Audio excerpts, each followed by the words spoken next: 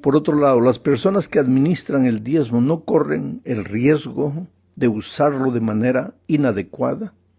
En ese caso, si las personas usan mal el diezmo, ¿debo continuar devolviéndolo o puedo usarlo a mi criterio, ayudando a los pobres, por ejemplo, o a algún predicador independiente que yo creo que es usado por Dios? ¿Debo hacer esto de acuerdo a las impresiones que Dios coloca en mi corazón? Bueno, la semana pasada vimos que el diezmo es del Señor y por lo tanto devolvérselo es un asunto de honestidad con Él.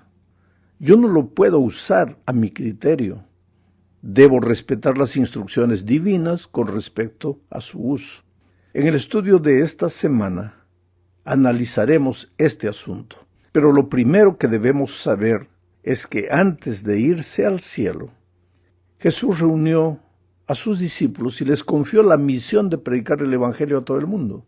Esta orden no fue dada porque Jesús no pudiera predicar el Evangelio. Ahora, Jesús es Dios. Si Dios quisiera, el mundo entero sería evangelizado en un instante.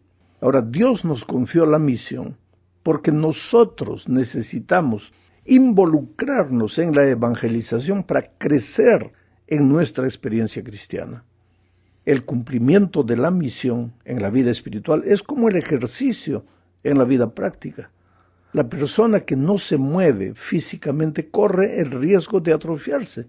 Y en la vida espiritual, la persona que no sale, busca una persona para conducirla a Jesús, también corre el riesgo de atrofiarse espiritualmente. Por lo tanto, Dios quiere que participemos activamente de la obra más importante en la tierra, que es la obra de conducir personas a Jesús. Y es responsabilidad del mayordomo fiel buscar a esas personas que aún no conocen el Evangelio y hablarles de las buenas nuevas de salvación. Pero al mismo tiempo es también su responsabilidad apoyar esta misión con los recursos que Dios le ha confiado.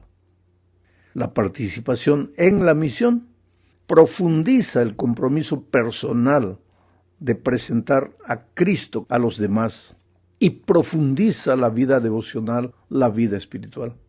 Es el deber de cada discípulo que se ha transformado en un mayordomo, en un obrero del Señor, entregar el diezmo para esta sagrada misión. Y ahora, ¿cuál es el plan financiero aprobado por Dios para el cumplimiento de la misión?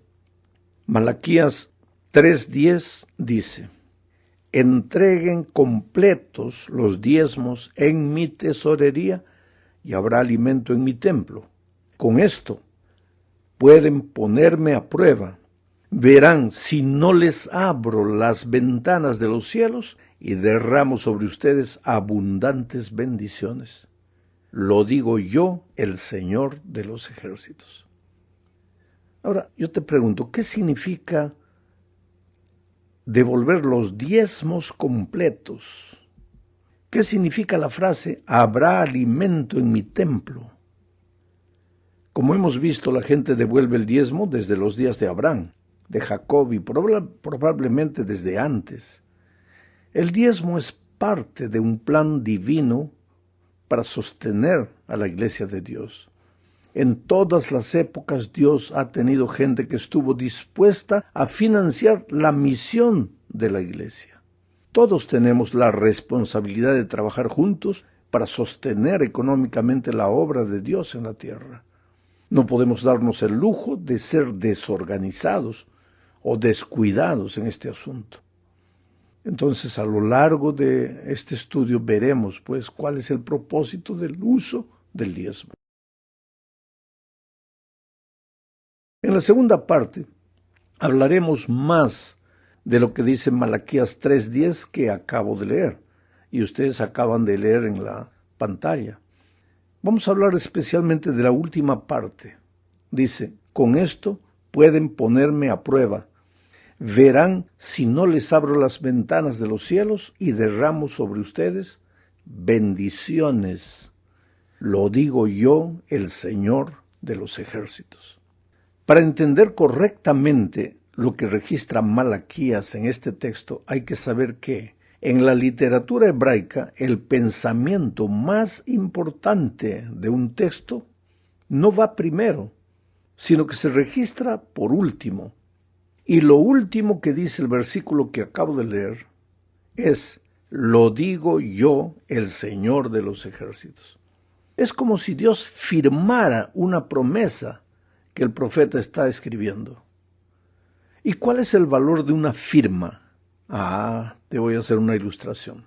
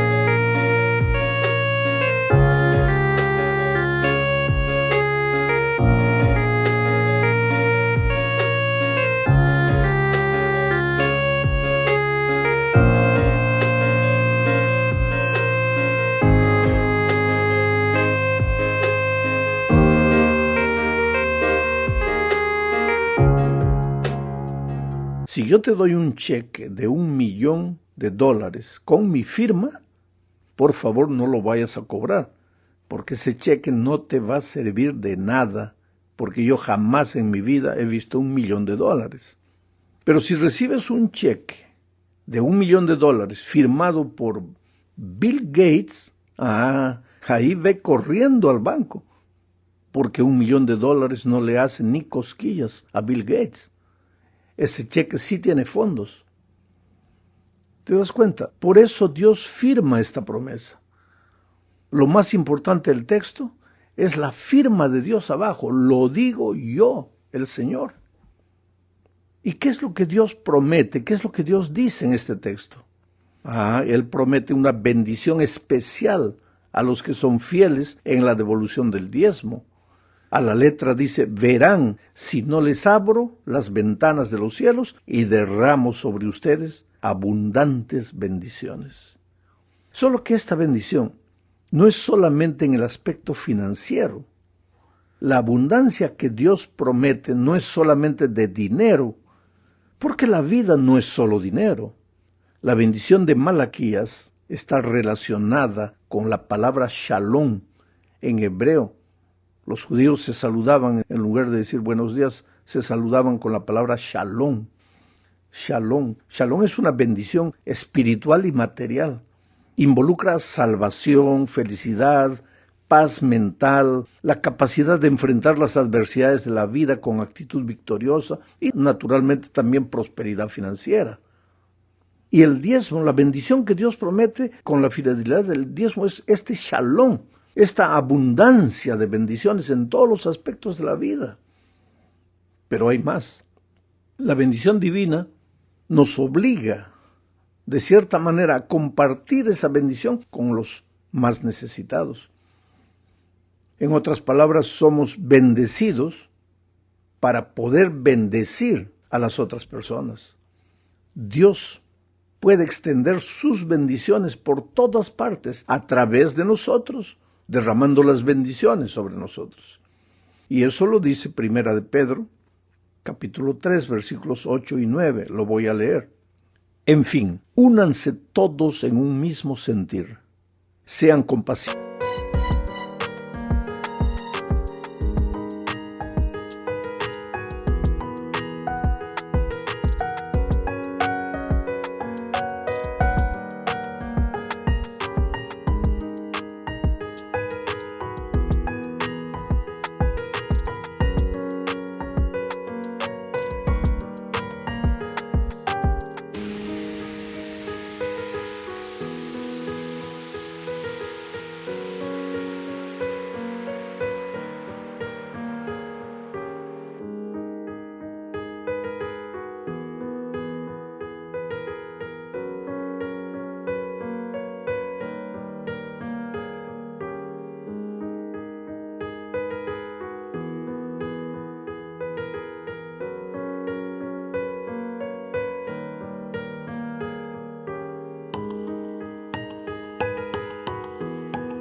misericordiosos, amigables.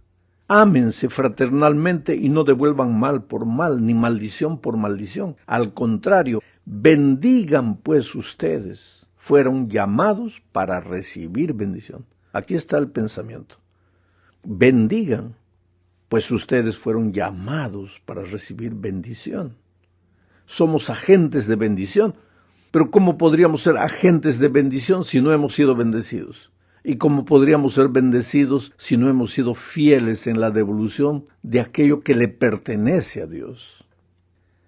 En la tercera parte hablaremos del propósito del diezmo. Pablo le escribe a Timoteo diciendo: no pondrás bozal al buey que trilla. Y después añade: digno es el obrero de su salario. Ahora, estas dos frases que Pablo usa está en 1 Timoteo 5:18. Voy a leer literalmente el texto, pues la Escritura dice: no pondrás bozal al buey que trilla, y digno es el obrero de su salario. En este versículo, Pablo cita primero algo que Moisés había dicho en Deuteronomio capítulo 25:4 con relación al buey, y después menciona lo que Jesús dijo en Lucas 10:7 con relación a digno es el obrero de su salario. La frase sobre el buey es un proverbio antiguo y significa que es justo que el buey coma mientras trabaja. No puede trabajar sin comer. De la misma manera, el segundo proverbio que Jesús citó y que ahora Pablo también cita, significa que los obreros dedicados de tiempo completo a predicar el Evangelio, pues debieran recibir un auxilio económico para su manutención, porque todo su tiempo es dedicado a la obra de la predicación del Evangelio. Para entender mejor lo que estoy diciendo, es necesario conocer la soberanía de Dios y su cuidado con todo lo que Él establece. Por ejemplo, al establecer el ministerio de los levitas, que se dedicaban exclusivamente a las actividades espirituales en los tiempos de Israel, el Señor pues determinó que los levitas usaran el diezmo para su manutención. Eso es lo que dice Números capítulo 18, versículo 26.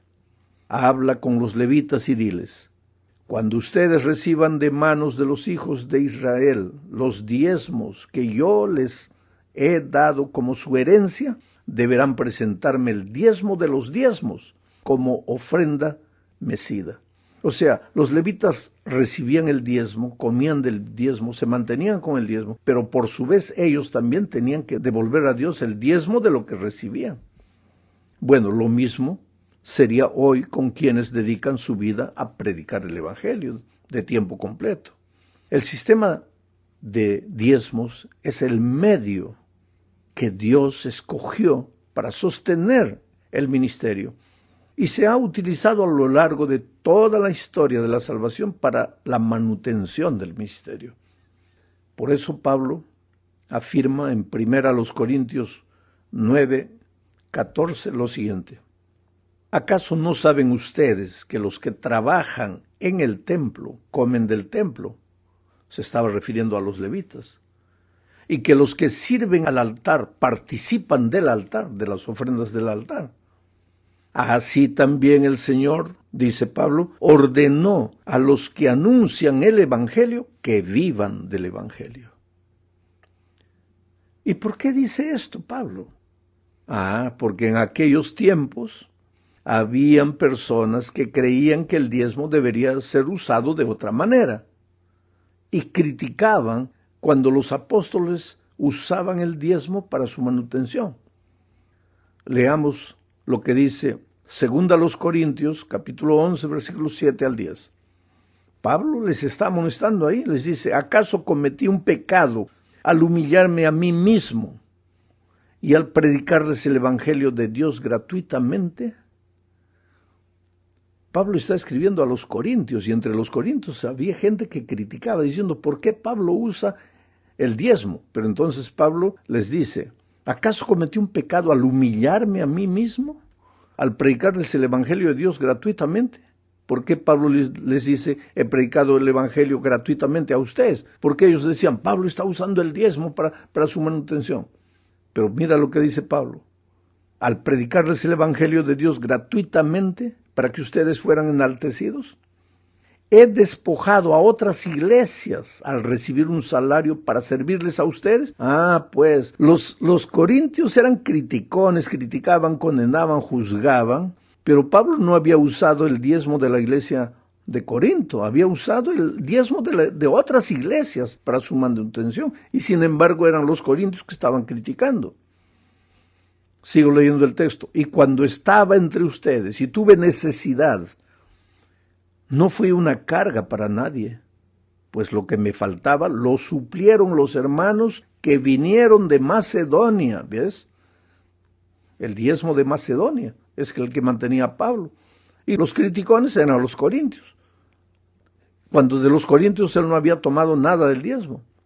Sigo leyendo. Procuré entonces no ser una carga para ustedes, y seguiré haciéndolo así. Por la verdad de Cristo que está en mí, no se me impedirá tener este motivo de orgullo en las regiones de Acaya. Interesante lo que Pablo dice hoy. Y muchas veces refleja la actitud de mucha gente hoy también. Vamos a la cuarta parte. Veamos aquí otro principio que está involucrado en el tema del diezmo. ¿A dónde debemos llevar el sagrado diezmo? Dios es un Dios de orden. Existe un depósito para todo lo que Dios creó. Por ejemplo, Jeremías 10:13 dice que hay un depósito para el viento. El texto dice, habla él y se juntan las aguas en los cielos y se levantan las nubes en los confines de la tierra. Con los relámpagos le abre paso a la lluvia y deja que el viento salga de sus depósitos. Hay un depósito para el viento. También hay un depósito para el agua. Salmos 33:7 dice, el Señor junta el agua del mar en una vasija y pone en un depósito las profundidades del mar. Hay un depósito para el agua. Y para la nieve y el granizo también hay un propósito. Job 38:22 dice, ¿has entrado en los depósitos de la nieve? ¿Has visto dónde está almacenado el granizo? Interesante. Ahora, lo más interesante que todo esto es que Él, Dios, tiene el control de esos depósitos. Ahora yo te pregunto, ¿por qué entonces no tendría un depósito para el diezmo sagrado? ¿Y por qué Él no tendría el control de ese depósito? Números 18:21 dice, a los hijos de Leví les he dado como herencia por su ministerio todos los diezmos de Israel, ya que ellos sirven en el ministerio del tabernáculo de reunión. Y en Malaquías, Dios dice, traed todos los diezmos al alfolí. El alfolí era la tesorería del templo, el depósito del diezmo. Había una especie de granero también en el templo de aquellos días, o al lado del templo, porque en aquellos tiempos el diezmo también era traído del fruto de la tierra, de los animales. No era solo dinero. En Deuteronomio capítulo 12, versículos 5 y 6, Dios instruyó a su pueblo diciendo, sino que buscarán el lugar que el Señor su Dios escoja de entre todas las tribus para poner allí la residencia de su nombre, y allí acudirán para llevar sus holocaustos y sacrificios, diezmos, ofrendas elevadas, sus votos y ofrendas voluntarias, y las primicias de sus vacas y de sus ovejas. O sea, Dios instruía. Hay un depósito que pertenece al templo. La gente que administra el templo, la vida de la iglesia, es la que administra ese dinero. ¿Y quiénes son ellos hoy? Los ministros. Ahora, ¿pueden equivocarse? Claro que pueden equivocarse, pero ellos darán cuenta a Dios de sus errores. Yo voy a ser fiel a Dios devolviéndole lo que es mío. Si alguien usa mal ese sagrado diezmo, pues él dará cuenta a Dios. Yo no puedo ser responsable por lo que otro es responsable, porque a mí no me dio Dios la responsabilidad de administrar el sagrado diezmo. Llegamos al fin de este comentario hablando del diezmo y la salvación por la fe. Lo primero que necesitamos entender es que Dios no puede ser comprado. No es porque le das el diezmo, estás comprando los favores de Dios. Tampoco podemos creer que Dios necesita de nuestro dinero, pues Dios es Dios, pues. A lo largo de mi vida he visto a Dios haciendo milagros, literalmente, para llevar su obra adelante. No había un centavo para un determinado proyecto y Dios de repente hacía aparecer ese dinero. Dios es Dios. El diezmo es una manera de conocer la soberanía divina. Ni siquiera es gratitud. Es respeto, es adoración al que es dueño de todo, que por amor compartió su vida con nosotros. No podemos caer en el peligro de creer que porque somos fieles en el diezmo, Él está obligado a bendecirnos. Le voy a contar una experiencia, y esta experiencia es interesante. En algún lugar, en el campo, en la agricultura, había un hermano fiel en la devolución de sus diezmos, y los vecinos, pues que no eran cristianos, se reían de él, se burlaban de él: eres tonto, estás devolviendo dinero ahí para que los pastores coman, etc. Tú sabes cómo son los incrédulos. Pero él era fiel. Y entonces vino una plaga de langostas, como una nube negra, venía, pues, y todos comenzaron a desesperarse, y él tranquilo, el hermano fiel, cristiano, tranquilo, porque había prometido, pues, si yo soy fiel a Dios, pues Dios va a cuidar mi plantación de trigo. Pero vino la plaga de langostas, vino, y no comió ninguna chacra, solo acabó con la chacra de él, con el sembrío de él, con todo el trigo de él. Y de los vecinos incrédulos no tocó nada. Entonces, cuando pasó la plaga, los vecinos vinieron a burlarse de él. Oiga, ¿cómo dices que Dios cumple su promesa? Y él, tranquilo, les hizo una pregunta. Les dijo: ¿de quién son las langostas? De Dios. ¿Y de quién es esta plantación de trigo? De Dios. Entonces, ¿dónde tienen que comer las pobres langostas de Dios? En el sembrío de Dios. Y es por eso que comieron en mi sembrío. No podrían comer el sembrío de ustedes porque sería deshonestidad. Bueno, esa es la actitud del cristiano. Yo soy fiel a Dios, y si no aparentemente